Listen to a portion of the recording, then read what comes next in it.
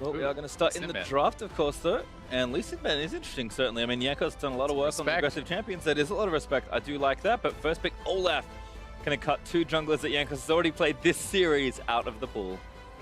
Yeah, I don't think this is too surprising. Samsung has shown a lot of priority on Olaf throughout the quarterfinals against C9 and in this series too. One thing again, I mean, Samsung, they like to ban Syndra every single game. It's like now we have the champion out of the pool, but Ryze is open, Aurelion Sol is probably not going to be played, but Jace is open, really good split push champion, has really great matchups into everything. We have seen that people tend to kind of go poppy against him to deny him from the split push, but I think it's kind of like if you want to go an AP champion against Jace, you're going to lose a split push war just because he can build into more Mortius, and then he's going to destroy you with like 2 or 3 items. We do see H2K pick up the Ryze, which is pretty standard for them. Ryze is really strong right now, especially with Syndra banned. There isn't anything that can kind of destroy him too much, and he has a lot of pressure pretty much in every single matchup, so it's a very good pickup.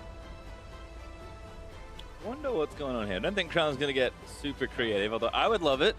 See maybe some Yasuo into Ryze. Not amazing from memory. I would love it too, but honestly, we just saw him smash lane as Cassiopeia into this matchup. Doesn't need it. There's no reason to do something that he's so like hasn't really done yet. I think it's like if you have a pocket pick like that, you're gonna save it until you really need it, and otherwise you're probably just gonna play standard. So I like the draft from Samsung once again. It looks like it is just gonna be Zyra and Viktor, and they've had a lot of success in the bot lane. And honestly, I just think that Sivir struggles a lot in this kind of meta against a lot of champions that can kind of outrange and outpoke you. And it's been the story a bit for Forgiven. Even if he gets a lot of gold, game 1 he had a lot of kills, game 2 is up a lot of CS. It's very hard for him to ever actually enter the fight safely, right? You have an Olaf this game that's going to be charging at you. You're going to be getting zoned out by Zyra plants and the Viktor spells, and it's very hard to enter the fight and actually get a lot of damage out. I think a lot of the reason it's been hard for him too is because Ryu has just been playing really poorly throughout like the last 2 games, and he needs to step it up, and that might be why they're leaving up Viktor, so he doesn't have to play into Cassiopeia, because he didn't look comfortable playing Ryze into her. So it might be a bit easier for him in the early game to play Ryze into Viktor, maybe a bit more familiar with that. Another reason why Olaf is a great first pick and they can just pick up Zyra right away after is that they're pretty aware that H2K very likely do not play Misfortune. It's like, if they do play it, then it's like, pull it out and then you'll try to deal with it. But that's kind of the risk Samsung is taking. Okay, Olaf is a great champion against Zyra, so H2K doesn't necessarily want to pick Zyra, also because Misfortune is open. But Samsung picking Zyra, H2K can't really respond with the Misfortune, so it makes it a great pick to just get right away. And then they have their Olaf Zyra that basically just deals a bunch of damage in the early mid game. And I mean, it's kind of been forced, that situation has been forced by the fact that H2K feels like they have to ban multiple AD carries away, right? They've already had to ban Jhin, and they've had to ban the Ashe, so they don't actually have room to ban the Misfortune as well. They just don't really have enough bans to deal with everything that they want, which means they have to give over the Zyra, because if they take it, they give up that bot lane counter pick to Samsung. So it's actually crazy to me how important Misfortune support has become in the semifinals. It almost single-handedly won Rocks their series, right? Against it's both their wins, and it was a must-ban in the games after those 2 wins. And in this one here as well, you know, it gets Samsung a win, and now H2K is put in this position where their support priority has changed, their pick and ban has had to change, all because of this one pick. Yeah, a lot of this does have to do with Misfortune, but we also saw them combo it up with the Ashe Misfortune combo. Certainly. Where they just have, like, no one can really escape the bullet time, and then it's going to deal a bunch of damage, obviously. But I think the key reason why Misfortune is that good is because it's probably one of the only heroes that can deal effectively with Zyra in the laning phase. We've seen people, okay, they go Karma, they go, like, other champions, like, okay, it's kind of whatever, you can go even, but if you mess up just a tiny bit, you might die or you might lose your tower. Yep. Misfortune is just that safe and that strong in lane and really helps get your carries going while dealing a bunch of damage herself. That is just way easier to play than now H2K has to play with the Karma instead. So. Yeah, and it's great to see kind of how much influence it has had and how warped these drafts have gotten for H2K really after game 1. Samsung drafting has been excellent, and a lot of it is on the back of just that single pick. So apart from things like, Syndra getting banned on blue side and these little things here and there, Samsung have felt really comfortable. Trundle, though, last pick for H2K. And this is actually something cool. You mentioned already split push vision is going to be great to watch. Yeah. Odoamne is, getting a counter matchup, which is good because he blind picked Rumble and got owned by Jace in the last game. But, I mean, CuVee, much more of a team fighter, much more of a tank. Odo's going to be the one with the split pushing priority once he gets there. Can he apply that pressure effectively? We're going to find out. Yeah, and the reason he's kind of able to do this game when he wasn't last game is you can't have 3 APs on top side, basically. So they have Elise, they have an AP jungler this time. You can bring the physical damage from the top lane a bit more. You don't want to have like Rumble up there or whatever. So he has an advantageous matchup in the top lane. I think that is something that's going to be very, very big for them. It's something that they've lacked the first 2 games. And as far as Sivir versus Ezreal, I actually think that although Sivir can get poked a fair bit, like in the straight up kind of fighting, it should be a better matchup, I think, in bot lane than they have had in the past, like into Jhin and into things like that. Yeah, I also think another great pick about the Trundle is that Ryze actually does not kill tanks very fast. He's better against these squishy heroes that he can basically just one-shot and just run down. If he were to play against, like he's playing against Viktor now, obviously, and it's really hard to get to him as a Ryze. So if they don't have anything to really destroy the puppy, then team fights are almost going to be impossible for H2K. Yeah. So picking Trundle is really good against Viktor because the pillar can disrupt him. He has a hard time escaping that, even though he gets his movement speed from his Q. And then Poppy can also die fairly easy. Even Olaf can die easy because Olaf, whenever he just charges in, we saw it in first game, there isn't a whole lot of things that you can do as an immobile champion, as an immobile carry champion. So having that Trundle ultimate, they just, Olaf runs in, bam, I'm gonna ultimate him as Trundle. Then he basically just dies instantly, and it's gonna help the Sivir and the Ryze a bunch whenever they want to take these skirmish fights, whenever they want to team fight. Well, we'll see if that all works out. But don't forget to keep your questions coming on Twitter using the hashtag AskTheCasters, and we'll continue bringing you answers throughout the day. This could, of course, be our final game of the series as well. So get your questions in while you have a chance, as we are going to watch from Samsung's point of view only. We did see, H2K kind of moving around. They did spot Ryu for a couple of axes, and looks like they got his ghost, which is always pretty nice. And it's just kind of the advantage of the level 1 Olaf. If you get tagged, you have to be pretty scared, right? So Ryu gonna pop the ghost. It's not the end of the world by any means, but it's always nice to get any little advantage like that in the early game. Yeah, I would just like Ryu to not die now while his ghost is down and it's an all H2K fans would. Ambition, right? But we also see that Crown has cleanse instead of ghost this time around. So he actually cannot chase Ryu that well, and whenever he wants to really duel Ryu, there isn't a whole lot of kill potential because Ryze is so slippery and fast that he's just gonna run away, or he's gonna dodge stuff and just out damage you. So yep, yeah, definitely it's going to be harder for him to chase, but Cleanse I definitely think is pretty necessary, right? Like Cleanse is something in this matchup against both the Elise and the Ryze. If you ever get CC'd by one, it's very easy to follow up with the other, and just as far as even just early laning phase, you could get shut down very, very hard if you don't bring it. Yeah, I think that's definitely one thing. Whenever you play against the Elise, like the Cocoon lasts 1.6 seconds, you play against the Ryze in the mid lane, it lasts 2 seconds. It's almost 4 seconds of hard CC that's like point and click at that point. Yeah. It's so hard to deal with, so you do want to take that cleanse. Well, looks like everyone's been okay for now, but we did spot Jankos from that one ward Samsung Galaxy placed at level 1, so good information already.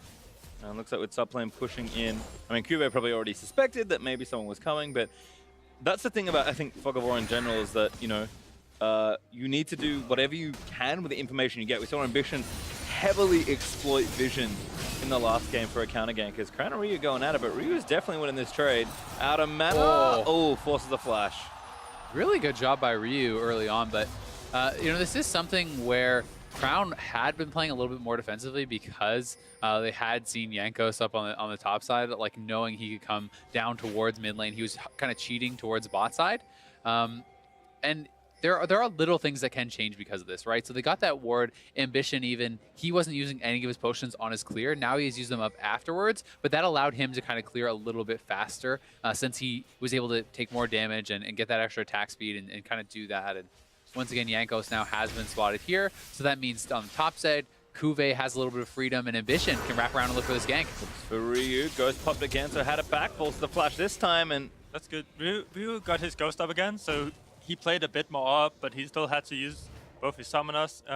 Basically, what you saw here from both junglers is kind of like whoever is in the best position to do something, because if Jankos and Ryu had better communication, Ryu could have called Jankos around super dangerous to basically dive at level 3.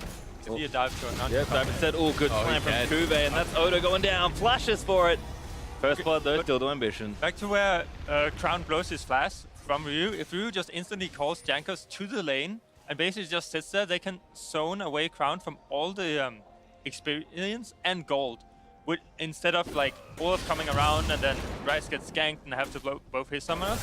That's what H2K should have been looking to do, and Jankos got spot out by a ward, and then they ended up not doing it in the first place, and then Crown was too healthy. So it's like, it's very short periods of time that you have that you can really abuse the enemy champions, and H2K needs to be faster with that, I think. Yeah, and honestly, as far as that top lane dive here, this is a problem of Odoamne letting the wave build up too much. You need to continually thin the wave so that you can kind of contest these moves when someone comes to dive you. If there's only a couple minions, you can clear them out. You have the defense of the turret. When there's a massive wave setup, they can simply kind of walk in and set up those dives very easily. They didn't even need to blow CuVee's flash or anything, and the fact that it was pushed to his turret meant not only did you just die and your opponents are gifted that gold, you're bleeding out that experience and you're bleeding out that gold. And Odoamne is off to a pretty bad start once again. But at least thankfully for him, Poppy didn't get the kill. And, you know, he was able to not fall too far behind as far as anything else goes. This is kind of just how the matchup goes, where Trundle and Poppy is like, one of them will sit at their tower waiting for a big minion wave to be pushed into them. That's how it's gonna be up until the point where Trundle just gets a bunch of sustain and he can trade within minion waves. So throughout the entire laning phase, they have to work around massive minion waves, and that's something Jankos needs to understand. They haven't been playing too much Trundle yet, but Trundle, every single time, you need to defend him at big minion waves because it's so easy for Poppy to dive, especially when you have an Olaf. Surprise! Early game damage. CoreJJ is going to flash over the wall, but chased down by Jankos, and Fog of War trap very nicely set. H2K capitalized with it. No vision there, and I wonder if there was a pink ward or anything set up. They're going to look for the following dive on Ruler. Oh, such good patience. Really nice. They're going to flash out as well. Exhausted down, and Ruler does get the trade. Comes up huge to get it back there. Still, it's very good for H2K. Well played by Ruler to get a trade kill back. But Jankos was so patient with that cocoon, waiting until the phase shift came out, then nails the cocoon. And yes, he goes down, but all the CS is going to be lost here for Ruler. It's the kill going over plus the assist gold too. So a very nice play on bot side. This is one of the problems that H2K actually has been having throughout the entire series. Is Jankos sits bot lane a lot of the time, both as Olaf and Elise, we have seen it now, and it denies Odoamne of doing what he's able to do. I talked about the big minion waves being pushed in on the top side. You need to be able to protect your Trundle, else he's gonna fall too far behind. Meanwhile, this is happening, while it all looks great and stuff, Trundle got denied of another big minion wave in top side by Poppy and by Olaf, because Poppy hits level 6 first, and Olaf is strong because of the early game kill he already got, so they just zoned Odoamne away from the minions. That's why you see such a big minion discrepancy in the top lane right now. And that's really where Samsung has excelled, right? They have always been able to get something back.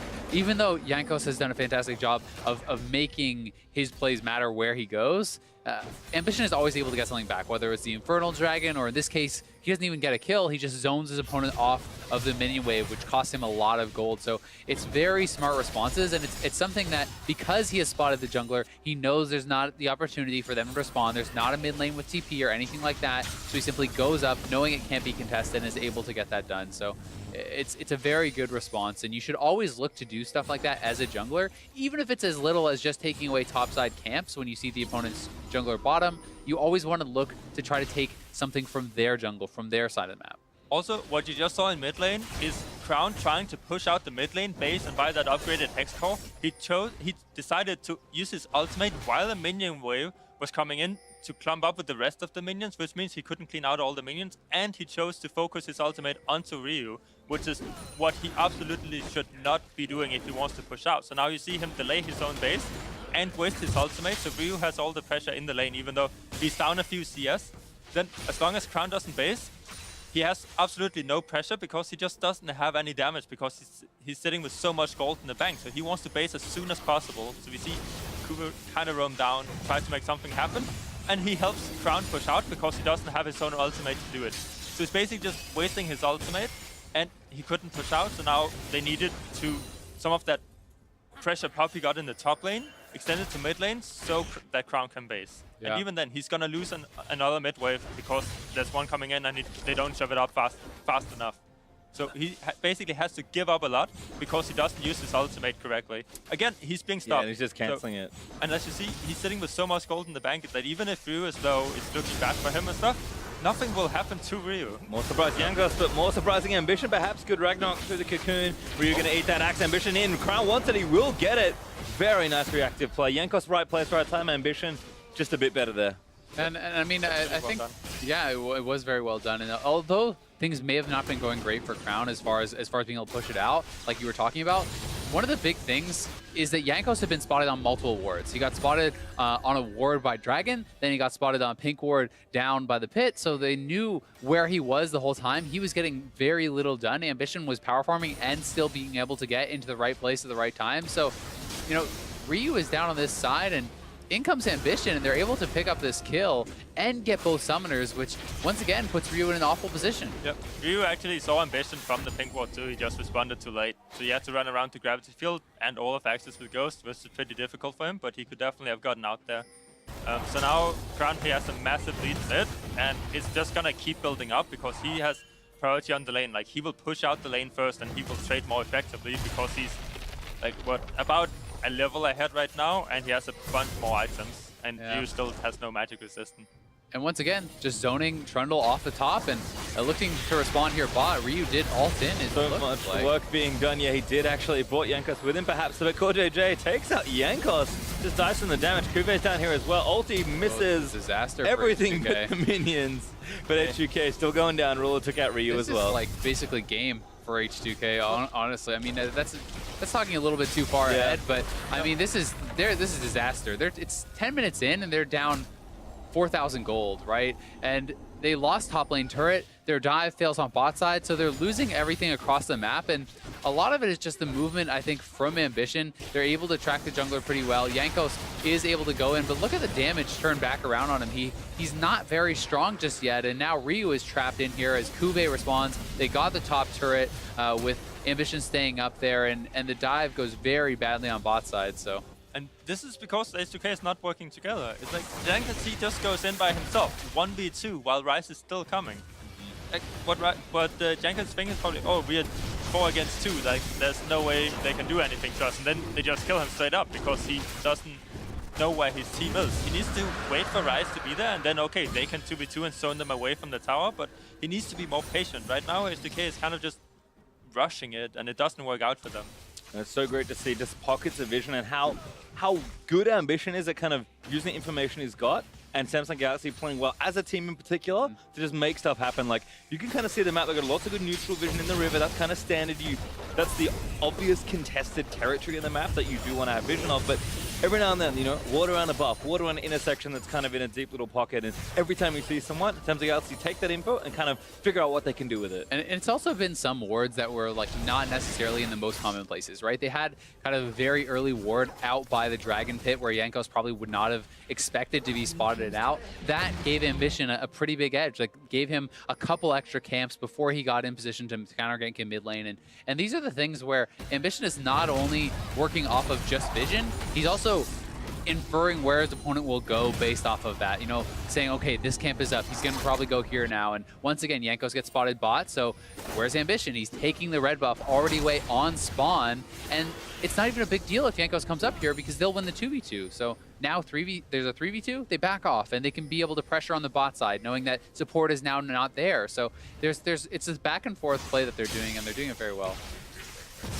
There's a juicy ward, by the way, that just got placed by Ambition that's going to help CuVee with potential split push pressure. And that was kind of the worry, is that CuVee, if he got any semblance of a lead, he does have that one assist, that he was just going to be able to play up in the lane, and Odo doesn't have the priority that he kind of needs here. And also losing this mid turret as CuVee is just going to zone them out with his ultimate, like, sounds like just taking over at this point. Yep. This is also the difference of pressure that Samsung does compared to ADC, is that ADC chose to focus bot lane, gank them, then they can get the bot lane tower, but what Samsung did was much more effective. It's just, well, just deny the Trundle, get Poppy ahead, and then extend the Poppy pressure to all the other lanes, and just kind of have Poppy like just CC people and kill them, knock them away and stuff. So even though they lose spot, obviously they return some kills, which is great, and it shouldn't happen because basically it's just too impatient, maybe a bit tilted from how all these things are going, but it's just a difference in pressure and how they use this pressure, because Sivir hasn't been able to enter the game the same way Poppy has so far, and that's a huge thing. Bottom tower got traded as well. And they also did get mid. CoreJJ going to come out of hiding. Odoamne there onto Crown. Perhaps it Ryu zoned up by the Viktor also means Crown gets away for free. Vander also here. And H2K, they're kind of responding to these situations, but feels like Samsung just always has initiative. Yeah, it seems like every single time either top lane pushes out, there's a big minion wave that the opponent needs to pick up, then the top laner will try to roam, and CuVee has been more effective at it, been better at setting up these plays with his team. Like, they can pressure the mid tower, they just take it, he goes back to top lane, picks up the giant minion wave, and then while Trundle is roaming, he's just, okay, we can play kind of safe, still like keep up the pressure in the game.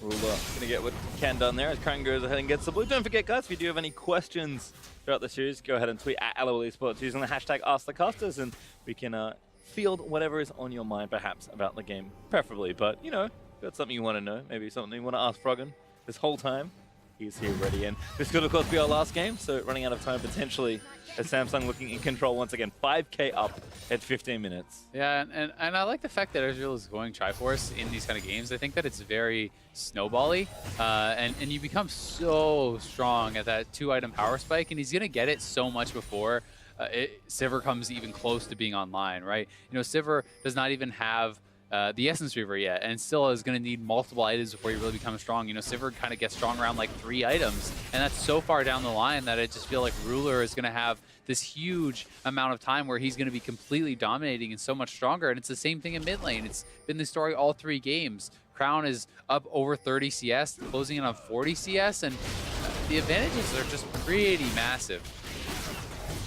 Haven't seen one of these in a while, though. Rift-tailed actually going to be taken by Samsung Galaxy. Why not, really? They've just been so in control. You can see they've got that pink ward and that yellow trinket ward just to the left of it, kind of on that top side. So plenty of vision they have to know that they can take this safely, and they've given it over to Ambition. And I think it's really smart because they have a big lead. Normally, it's kind of considered too risky because it deals a lot of damage, it takes a while to kill off, and your opponents are more able to respond. But because they already have this huge lead, it's a good way to extend it. There's not really much chance of H2K venturing out and spotting that and wanting to contest, knowing how far behind they are. So I think it's well played there by Samsung, and it's something that's going to keep the Poppy relevant for even longer. Yeah, it also means that obviously Poppy is going to be way stronger in the one-on-one now. All she has to be careful of is basically getting all in by Trundle, but CuVee should be able to just ultimate them away. It's a little juicy. Run wants there, flashes out, Keeper's Verdict. Who does he get? He gets one. Vander's ulted and Ryu's not here as well. CuVee, I think, is going to go down here, and that should be a kill. Ryu does get one back. That was honestly like really bad. Yeah. CuVee had no business doing that. Like, even with, like I said, it keeps you relevant. That doesn't make you win. Trundle, even if you're massively behind, you almost never will lose a 1v1 with your ultimate up to the Poppy, and he just throws away a kill, and now it looks like it's Ambition's turn. Yeah, caught with no ulti could be problems, but he's okay. One thing that CuVee can do, and that he would probably be looking to do, is that even though he overextends, and obviously he's gonna take a while to kill, just like every single time Trundle ultimates, he just needs to run away. Exactly. The fact that Trundle uses his pillar, charge up your ultimate, and hit Trundle with it, so it knocks him far away. Then you're actually not really in risk of dying. So yeah, okay, Karma is there, Ryze is there, you're probably gonna die, but you're gonna buy a lot more time than if you wait this long to ultimate. So he basically needs to just be buying time. So even though he's not playing with a lot of vision, obviously you can't buy your own green wards anymore, you have to wait for your trinket wards to come up, so it's a bit harder to control, and your team needs to help you set up this vision so you can really split push. But if he keeps going up there and just pressuring Odoamne as hard as he does, then it's up to Samsung to really make something happen on the rest of the map, and then you need to pressure at the same time. Yeah, and I would also say that he doesn't even need to be like working as this split push guy, and you can continue to fight him without the ultimate, but Poppy can also just look for team fights and opportunities to move around the map. You know, let Trundle freeze if he wants to do that. You can dive elsewhere on the map. You can do other things like that. So he doesn't have to be the split push force. And if he's worried about Trundle freezing it out, then he needs the support from his team, either from vision or simply from the bodies of his teammates, to be able to push it in and reset the wave. And He just didn't wait for either, so it was a bit of disrespect. Doesn't have the vision, doesn't have the help. Yeah. Also, think this shows that Samsung wants to set up where they start from a 1-3-1 or 1-4-1, and then they want to go into vision controlled and then into more grouping after they shove up the waves. So what Samsung is doing right now is basically just a bunch of fighting where they don't really set a whole lot of things up. It's H2K being in the lanes, and then Samsung tries to kill them whenever they're coming up. But as you can see with the vision, it's been a while, and it's like Ambition and CoreJJ hasn't really put down a lot of vision that they're protecting, and they aren't setting up for these objectives. So it's just random kills that's going on right now, and Samsung needs to set up the vision before they can start closing out the game. So all this fighting, it's great. You get more gold, your lead gets bigger, they can't farm while they're dead, obviously. Then Samsung is kind of playing, I kind of want to say mindlessly right now. It's like, but no, but they just walk up and fight. And they do force some H2K summoners, but they also blow their own summoners. I think part of that is because they're so far ahead too, right? Where they have the confidence to be able to push in multiple lanes and to be able to take these fights. And I do agree it's not exactly the most calculated game, but I also think that it's something that H2K have kind of like fallen into, where it feels like they're off their game a bit too, right? They're taking these fights when they are down, and they're gonna be giving up those kills. Yeah, stuff like that Ambition just did is great, because Elise is like, okay, Elise is facing, you chunk her and you back away, you do not chase it, because Poppy on the bot lane is still walking back to lane. They have these unsynchronized base timings because of all this fighting that they're doing. So they need to kind of sync it up, walk in together, and that's what Ambition and CoreJJ is doing right now, and that's great. That's how you set up vision control for your team. You sync it up together, kind of group up, you walk in, you get the vision. Poppy is... That's a lot of damage. Chunk. And now they can set up all the vision they want. They can go into Baron. Poppy is in a good position to TP in. Like, they have some vision wards here and there. So this is great from Samsung. They should just have kind of done that before they just they were kind of using their, because it's so simple for them to do.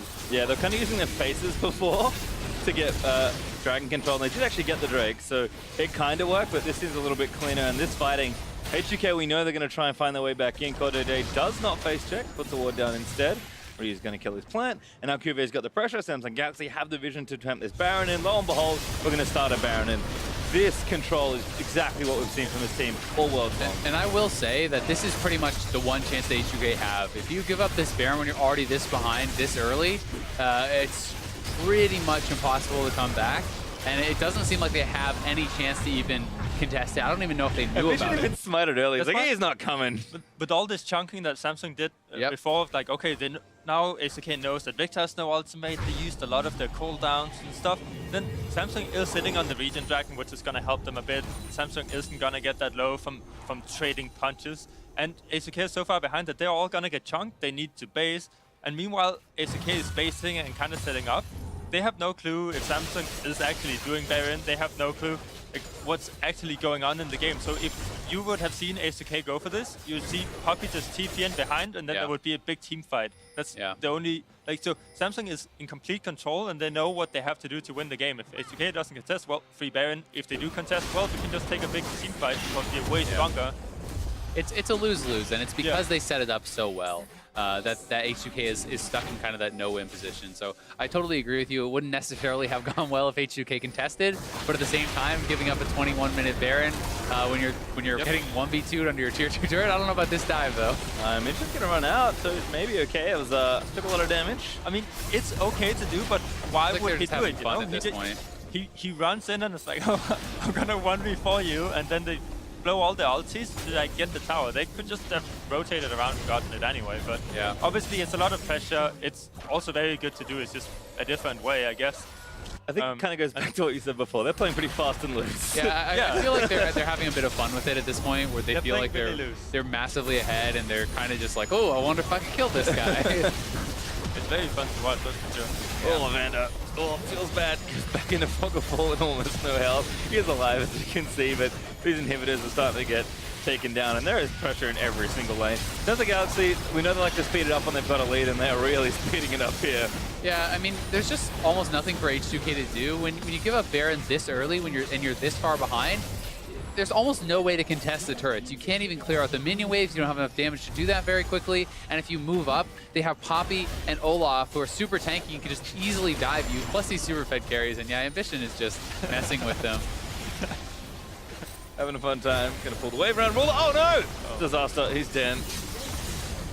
Looks like they are getting almost every turret though. Yeah. So Rula will sacrifice himself graciously. H2K gonna chase for what kills they can, but they can't really fake check the Viktor. Crown doesn't have his ulti back yet, but actually will back away. Ulti on their Ambition means that he Ragnarok's out of there.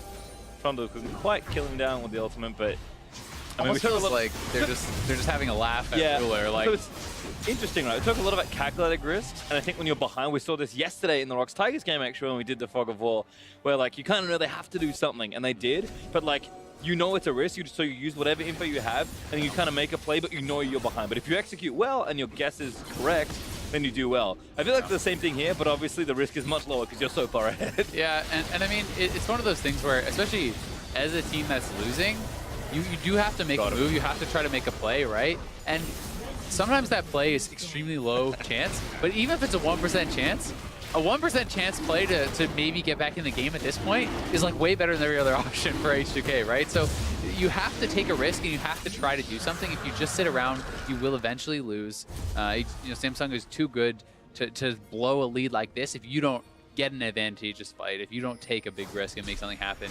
But it doesn't look like that is going to happen, and Samsung is pushing in from all sides and will likely pick up 3 inhibitors here.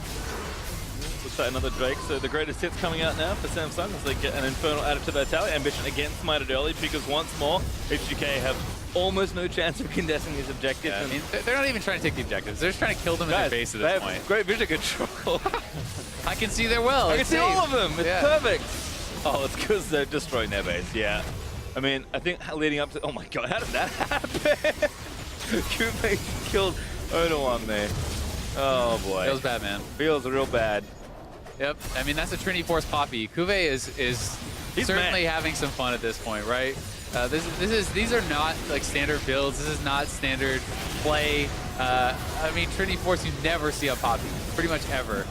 It's just something where they're so far ahead that they pretty much feel like they can do whatever. I mean, look at Ambition. He's S-keying. He's just standing there, not moving, taunting them. So he's got that 8 ping or whatever on lane. Yep, he's having a dance with that. Samsung will be celebrating their clean sweep of H2K, continuing their undefeated run. They're on a streak here as they push themselves into the final versus SKT. They'll collect some glory kills for the very end of the game, but some great vision and some great play. A sweep over H2K for Samsung Galaxy. That last game was a rough one. It was. That was a slaughter. That last game was a little bit unfair. It felt like everything kind of just went wrong for H2K. In the previous 2 games, mid lane went poorly, but the side lanes were going a lot better. In this game, everything went bad, and you saw how well Ambition specifically, but really the whole team were able to punish H2K for these mistakes. Just from Jankos showing on bot side, Odoamne loses so much on top side from getting zoned off the turrets, from getting dove, and these are things that, you know, a lot of it does come down to vision, to responding properly, but in the end, Samsung just super outclassed H2K this game. Yeah, I also think this is something that kind of ties into the 2 other games, that Trundle got denied so much early game that it was hard for H2K to do something. In the 2 other games, Odoamne had really great TPs, he had really great plays early on in the game that kind of like put H2K back into the game. Like, he makes them win a lot of skirmish fighting. This game on Trundle, he basically was a non-factor because of what happened. So H2K trying to snowball bot lane and all that kind of things, like, okay, it's great and everything, but the second that something went back, it just looked like H2K kind of gave up. Like, they were unsynchronized, they didn't do things together, they didn't protect each other from what they should be protected for, and it just kind of looked like they already gave up. Yeah, and I mean, that is one of the things that people did talk a lot about with H2K coming into the tournament, is that, like, you know, tilt or mental strength or whatever you want to call it can be something that does affect the team, and down 2 games, when you had such good early games and then you lost the first 2 games, you go into game 3, it's already going kind of poorly. I think at that point it may have been something where it just felt hopeless for them, and they didn't really like play like they normally would, right? This was not H2K playing at their best in this game. And unfortunately for us, you know, we wanted to see some very crisp like vision and how these objectives will work from the 2 games we saw. got a bit more of a fun game towards the end, but you can still see kind of what was being set up there. And Samsung, for the most part, that mid game was a little sketchy. For the most part, though, you could see what they were doing with the information they had. And I think that's a great example of, we've seen a lot of Fog of War streams where a team loses, and you can just see how dark it is and how like abysmal and awful it feels to be like, I can't do anything because I can't see stuff. Samsung, I joked about it towards the end, but like when you're ahead, your vision's obviously going to creep forward. You're going to have all this advantage, and you can see from a winning team's perspective with their Fog of War enabled, like how easy the game can feel when you clearly have way more in resources, in vision, in everything over your opponent.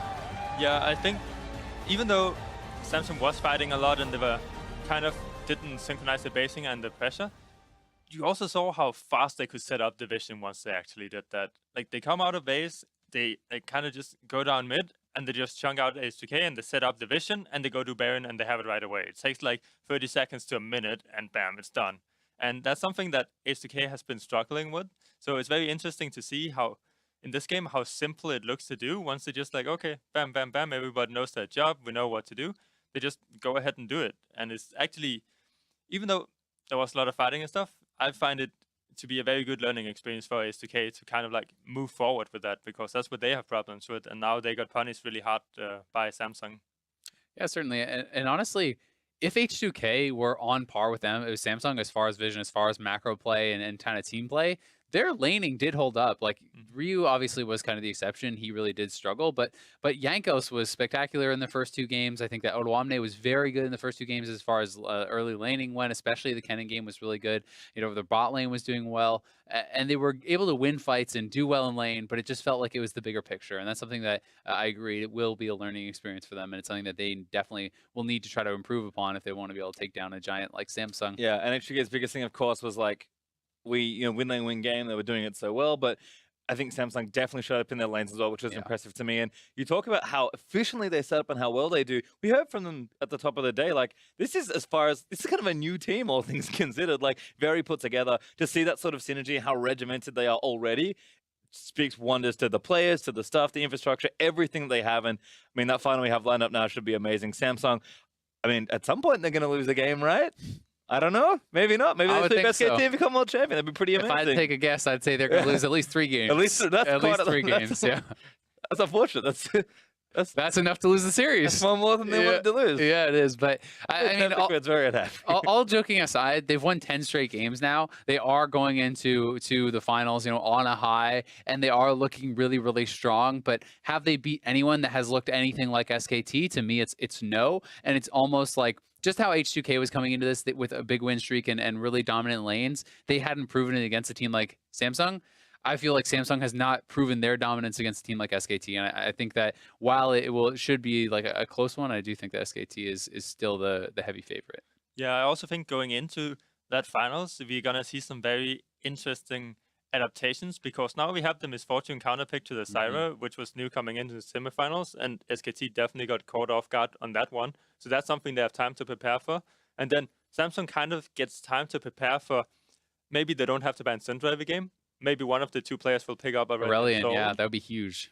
So there's like small adjustments that they can make to their pick and ban phase, where they really have these weird priorities, where I think SKT is gonna get more from this semifinals pick and ban than Samsung will, just because it's much harder to just include Syndra in your pick and ban now. So SKT can always adapt, okay, they're gonna play Misfortune, but it doesn't seem like Crown wants to play that Syndra. So I think that's gonna be probably the most interesting part for me, to come into that pick and ban phase and be like, oh, okay, let's see what adaptation they have really done. Well, I guess we'll find out, but it's been a great day. Certainly, thank you so much for joining us on the Player Experience stream. Next week, though, Freak, Zyra, and Azael will be right here on the Riot Games 2 channel, bringing you the new viewer stream. Invite your friends, family, your grandma who are new to watching esports for a stream with beginner-friendly commentary. Tune in for all of the pre-game festivities Saturday at 2:30 Pacific. We go live with a new viewer stream at 3:30 Pacific.